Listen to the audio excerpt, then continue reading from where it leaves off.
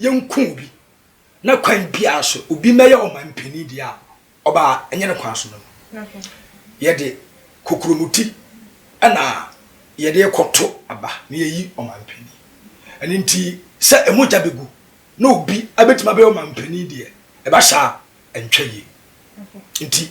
that word se me nsampo na me di be shi na metwitwa na obi abetima be di omampani a na kese moja nya de enfie yemfa moja.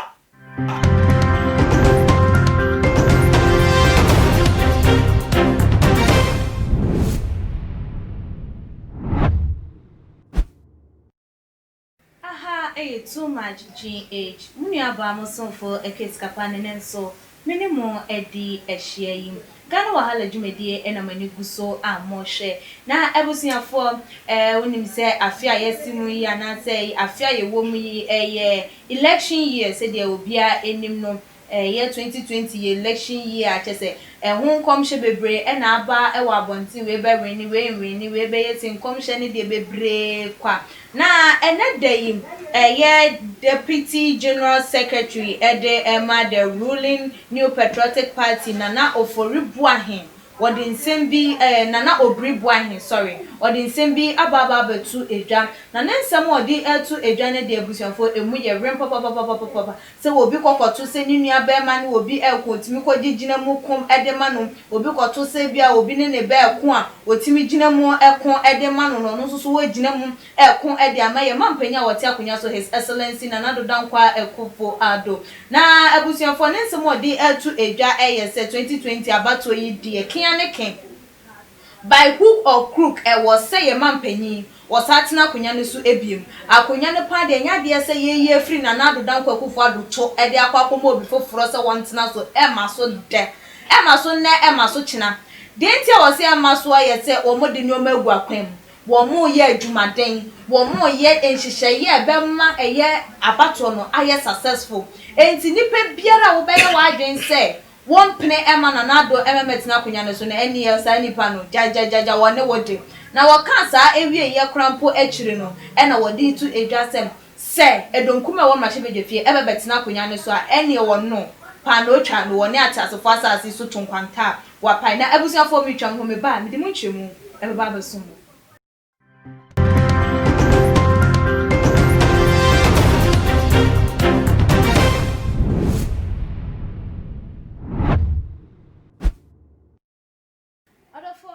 so emamo akwaba sunku ebi yidwumede enyumeko a eso yasen ema yede ebebesom mo Mama Juliet Ventures kitchen appliances enyoma oba wodi besiese wo kitchen esanse hoye wo nsusu wa himfie ho na wodi wo mensem opopo won san no ma wura nsusu eni ade enyoma wodi beye nnuane ade esiese ho ma wo nsusu yakase obe yi obe sima ubenya ni nyina ewo Mama Juliet Ventures na se ubehu no ewo Abekala Pass ubetimi afene number ewo screen so na one no edinkita ho na se delivery bimpo a obeye ede amawo na ebiem nso so Winners Aluminium Limited ebano aluminium works dia wo mo akwadri wo mu pa glass work no ho dwumadie se wo pe no wo fie wo office wo dwuma mu ehimfa na wo hwehwe se aluminium works enkoso enfama na se glass work enkoso enfama hwehwe wo machi akwan na wo mo nso so emedi se dwuma no enfama na wo nso so fie no enya abefo de yi bi se de wo mo nso so ebobie no na edan no wasi awie wo pe roofing papa chance papa ede abawo dan so ene menhwe ba bia say neat roofing because ko ba bi foforo wan hanu akwakoto sika gu neat roofing there won ba bawo dan so ama edan no 10 years 20 years component chance no de tia eneti so aborobo wotim de otim so tawie bo empa de biara eda na abusuafo enedai me guest ye papa Pastor Richard Obri Jabua onu nene de mene no ebetwetwen enkomo na kaye ho na yembonra ensenumu odi for me mo akwaba ejoso sikapa bibia boko de yeso adomoko edera de ase ansa na no papa deputy general secretary the ruling MPP government no nensem odi atu dwa no Nana Obri Buahin nensem no say we have a lot of work to do before 2020 election. It is a daunting task. and we have few months to the next election. Trust me, whether anybody likes it or yes, President Akufo-Addo will be crowned president in 2020 election, and no woman being can stop that. I will drink DDT if Akufo-Addo falls to win 2020 election. Odifo utie ye papa Nana Obriboahe ne nsem odi eltu edwayi a de na betimi aka fa ho. Oba me dase e matiefo nyina na ahwefo nso akwa ba bi Na joso oba bitie yem papa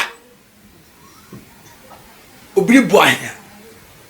oso obetimi aye de oso wo ye bia se ne be a nanado ebeba de ebeba pa oba sa oya party ba no san susu eye oka or form part of the leadership of MPP there or every right to say obetimi akasa sene be a say ne party member bi etie na bonten a obehunu say yam papa no ana omo papa no oye adwumaden nti oye adwumaden no oka we abonten de a ene kwan bi aso no etwa say yenso yetimi etai omachi no mu nsem bi a omuka bia nso atimi ayede atimi abam nti no nsa obaye no betimi aye bia didi timpo benom na party na atimi ayede atimi aba power no ni party omo na wo so nti on tenase na on mehwe se party a omudi kan ewo office yekoto aba 2020 we election be wie no mo sa betena fie de basa will be very very, very disappointing. And so therefore, ne also we bia no obetimi aye obetimi dia ensure victory for MPP and His Excellency William Nana Adodankwa Akufo-Addo. No amono so asa retain the seat as government of what of Ghana no obetimi aye timi fin se odo eni adwumaden a ofin se odi agu akwan mu nti no kasasa odo at me do bia to the sense of benu madrewu because anyone no kwa na akasa eye ensemwe ye hwe enche ye ba ye nim ya be 2 to 3 months mu ani ye nua be ma ye papa ye chama won to Asante regional chairman wono susu ne nsem odi to dwa say wono crampo no say ba say obe ya amputated ti betwitwa ne nsa crampo ena wono etimi ayama ye mampanya ba betina konya so a wo beye mepese mi hunu se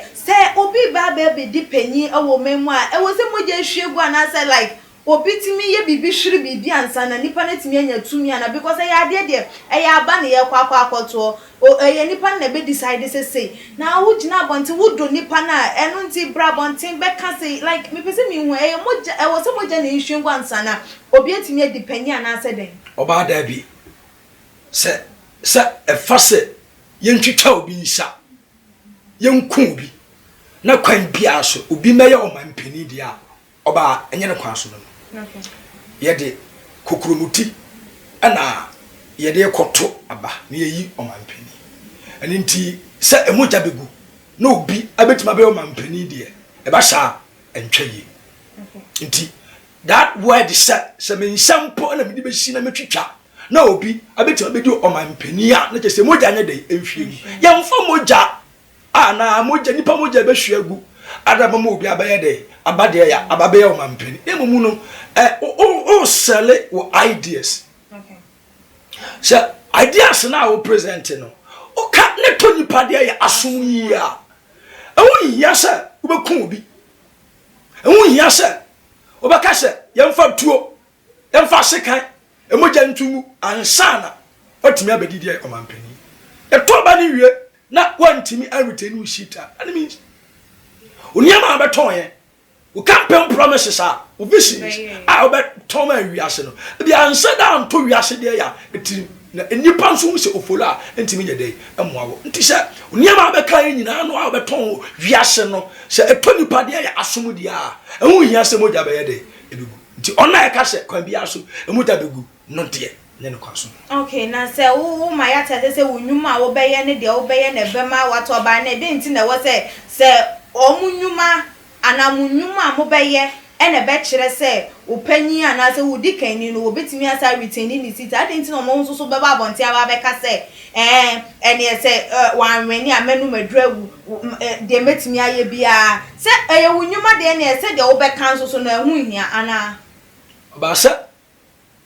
nyuma no de efi wano aye de aba no oba se o make sure say you put it into practice. Okay. About him as here. Okay. Very good. One put you again into practice.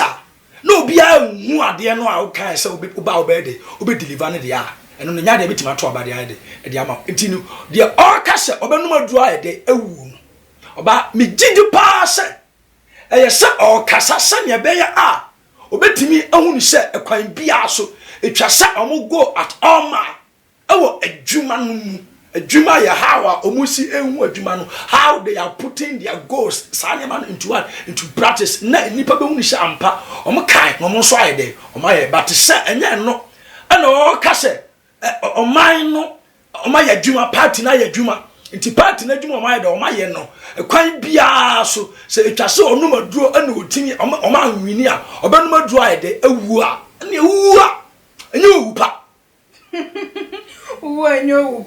Enyo upa ewufu because ye beto aba na wie no na wa nwini a ohun upati no antime retain o mo de ya o sita and another dam ko antime anye den antime retain as a certain president of what of Ghana na so kono madu awu a na chese wan kasa no wa nodwuma de ya yo na nensem otade kanu na o to aso a wo se anim o se obi antime nsi wo mo kwan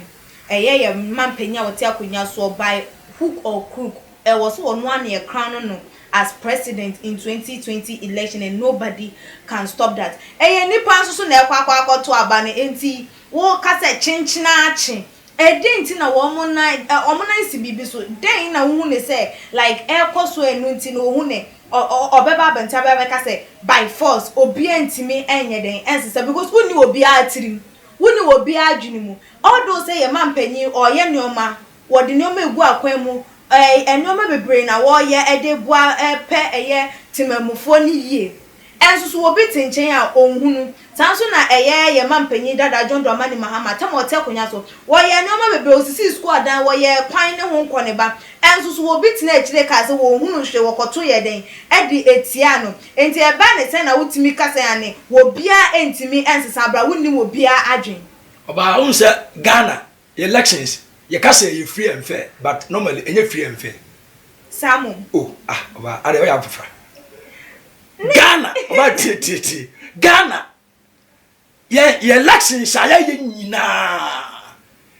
it has never been free and fair na say ye kan yo ye peja wan obi ehwe bi oba ye trop omo ya konkonsafo oba nyame nipa sikapa forget you sa election na yekogina yekoto aba no fake o ma ye don ba ya wi okay sa onifrani o se obeto bo abowa ni nansi bibi so atmase okay ana woni emumu ya de na so no obebibi atia wa obehu ono ntini nkasa nti okasa na abeka so wa de waka bibi ya atia but ni kusa nya he de tie de waka no it cannot say they are the certain what oma banso na de na wo so nti onso oba won say ye wo election nyamu de broni be kasa no election I mean Reagan no yeah nti so o kase by hook or crook no ebia na omo wo saadwene no e wo ntiri oba ebia na saadwene wo ntiri because election enya maabo no correct ye mfa nkonti ba ene kokoto de ya ekoto aba but se na bi kaka no eye wo idea se wa hwie agu ho no mo a wo ton e toni pasuma nipa ba ye de befa nti se wontimi anka se mo deliver mo adwuma de even the recent campaign am be ready promise am be ready here wontimi amfa bia mpo anka sanche se wenti obetima aba power na wo se ba hu ko kruku dia na mo na mo so dia na che se ade e fa no Reagan e be koso ade e fa no free and fair na ade e ba ye de e be take place. So for una waka no papa na okay say politicians etimi nya kokodro etimi gina by force I was say me party we na enrene we e was say we na enye say adentina eba no ye yan kasa ya brabo mu ene asori krom a ye hu sa ahofama no by politicians no wo munya sa ahofama ne say den ya me yi mani me boa me yese aminim say den ya me ya menya me kakra wa bi anase me ya position bi de embo me politicians no mo ya de o mu ifiri wo mo ye because so mo nim do me o mo benya adentina Christopher ene timemufo yentimi nya ade emfa moa nyame ba ne ye nyame suma yentimi nyi ye hunsi won mo fa nye sa adwuma no because so ye nim de ye benya na se ye nim faso de wo mu nti ana wa me na se o se Yesu ka se bi o se esum emma enim nyansa se ne han de ya eba owiaseni amfa ho se ne ye kai papa yi kai o se ba hu ko kru they will, by all means, they will have to win the election. Yeah. Quite be able to be so because what near all your near day. Okay. Or the new rain, ascend your way, no. To Nimisa, why not you my day, Anki can some way. I'm on the party 90 my power, Ebia. Now, no, you're not coming to my day, but in your if you are 4 years there, politicians there, they will go at all mass and be in Kugo in the day because some of them they don't accept defeat. Sure. A kiss of sir, a pathetic nature. No, you nippy. And that is what is killing the church. We are so apathy about lukewarm. Oh, I say, you know, I say, oh, see. Bible so di ka so be nwa university ahye na botobo do be fo aye de afo nanum enti ade kodi entia e back so a Christopher bebre entimi mfo mo ho anye bibi anya de amanyankopon no onim sha ade na okoye no ontimi am benefit nya de emfiri so tu nimdia Bible say nimdia me man nya de enti o man nya de esi de ya apini obi nimdia wo ne wo ye de ne oye ho a oye bibi a nipa no omfa no nya nya de ehye politicians no mo nim de no mo ye bi ade ya nti eba so o koma the party say the party nya de emna power no wo hunu ne de ne kasa bi a wo ye de oka ebi kwa beko na ndi sa o but wo ye de oka se ne be ya obun so ye de wo ye dwuma de nso Christopher ye ni sa de ya ahoden no because oka kai obetimi aka se emi na me nko ya so ni enye de enter mani ase no bi kra be ka se me ba da be and ma be fast so word atam there atam ni ase nti obi ono ma onya nko no so be de obe ye nanso okojata na ni ase obi ba ye de e be ka de ya eho ase obi onso a obetimi aye abra obi a antimi nya de embelemu ni nanso onim hye okoyi onya mfa so de bi anya de extreme nti na ma Christopher bibi ono ma ye ya ma onyankopon a na ye de ne twetwe na also for said they will can ebinum susu say enam say politician there ono oka said ye papa yi na e obi boy hi wakan e de amampanyi wo bete enti se wo bebe ni ane kakra wa bi aye be pone de ama no o wa ha de wo boy dwumaden campaign time wo kasa ye wo twede wo ka ho bi na ama ye so party ye timi awi na e de wo benya kakra bai wo o mu hu ni se ye e ba no asori side na wo baba be ye kura no enchira wo hwehwe anase de wo o peno onya ne ntem enu nti na aya wo mo ebre wo mo ho ase anase like mo wo mo twetwe wo mo ehu unhu ne say because of inshira na emantem say de nka wiase ni na politician you onya win election na say promotion bi aye de ama no ebia na oye we na ye de na kwa tena ha oye say na ya ma na adwuma like ode na ho oden ye no nipa na ni soye ena oye de wo promoting wo man bibi ebia wo ye sini twani o woni fie baabi obi a wotene manchia baabi nanso so hu se nkrofo ye campaign wo mo ye no de ne hu kokkoji mo fa ha no ye se o peja we wo de si ha wo ye se mampani ana mpanifo na ni aba ne ho ye wie ye ya tam sika de ama no o se de wotimi ye adwumaden ye je nanso so fa kokko ye bibi bye eba no asori mu ana se yi a Baba be obi asofo be ka che ni se nyame nhira no nyame nhira wo ya de akoma so de nyina nyame nyama no ya like ya dan ya chi de ama no se wonko onfa kwatere kwanko ebi so no so wo akoma so de bia wo de den e ba nti hu ne se because of nhira wo mu nyam free ade ni mu entemti na mo twetwe wo mu ho ana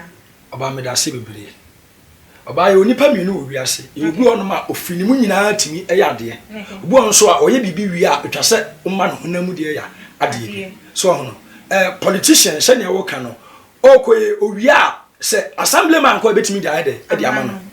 MC ko betimi da ade de ama no to you the person will go all my die for the party because kun ni share o ma pa no pa betimi be nya bibi ade afiri mu oba ye unmi se e ba kisosun mu ahun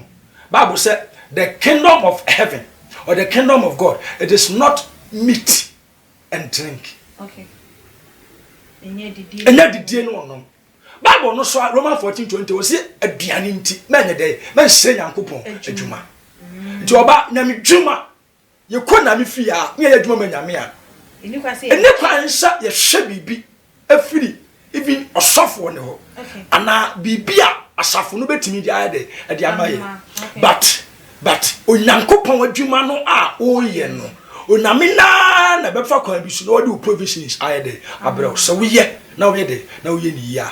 enti enkrofo enti minya sa adwuma no ema nyankopon adwuma e oname fie enti mfoma ho odi nyina anye de enye no onimu sha okoya akowie ebia na honam ade ebia wo se de ma no enti mfa anye de yamfa emma no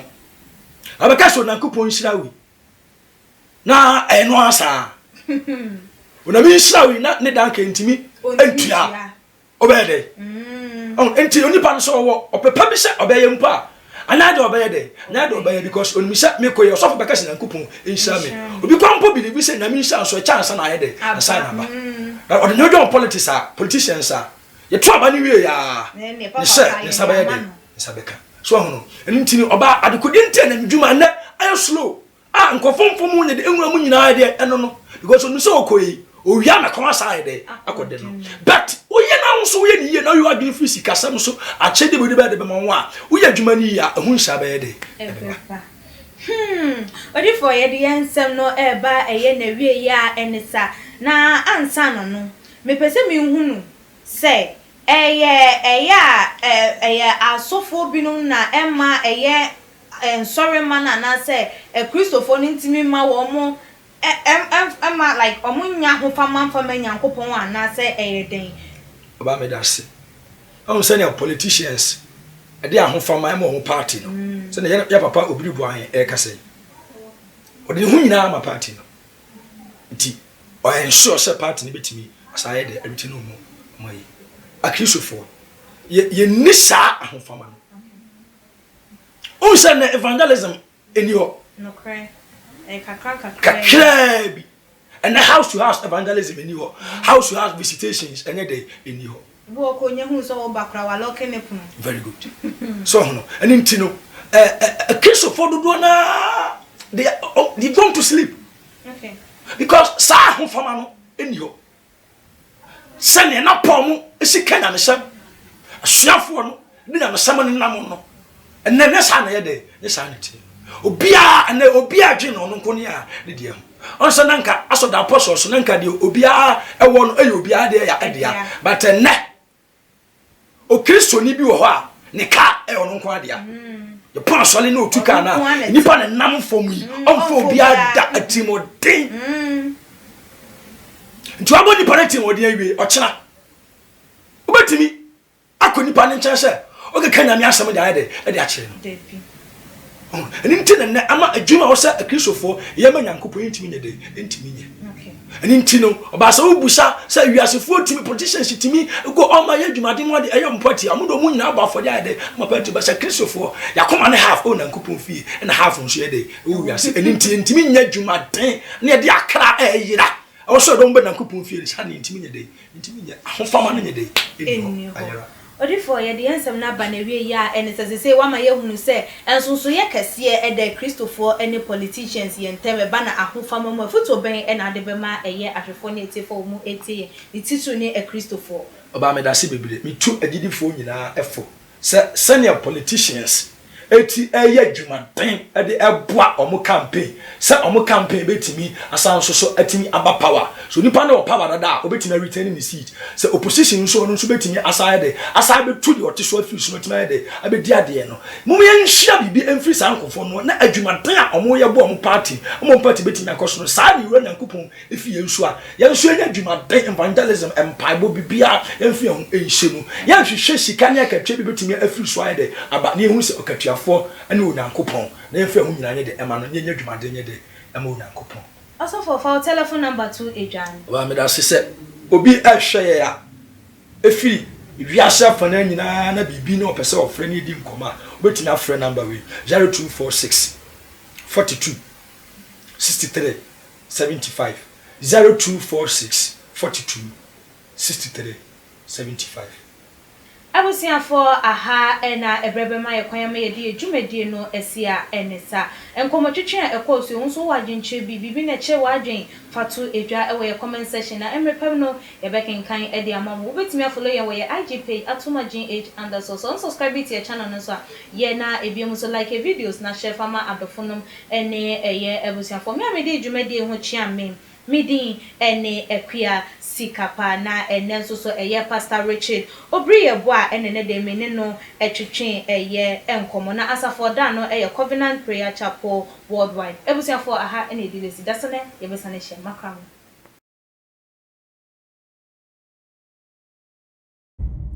too much GH nie Ghana for ahwefo etiefo onipa bi a won subscribe e too much GH no subscribe wo na ehintasem ensem a ebuafa oman Ghana so ena ye de bremu one God nie the only one God in GH eho na de bia mehwe abrochefo ene Ghana for mo wiasa fa na ina me recommend emamo too much GH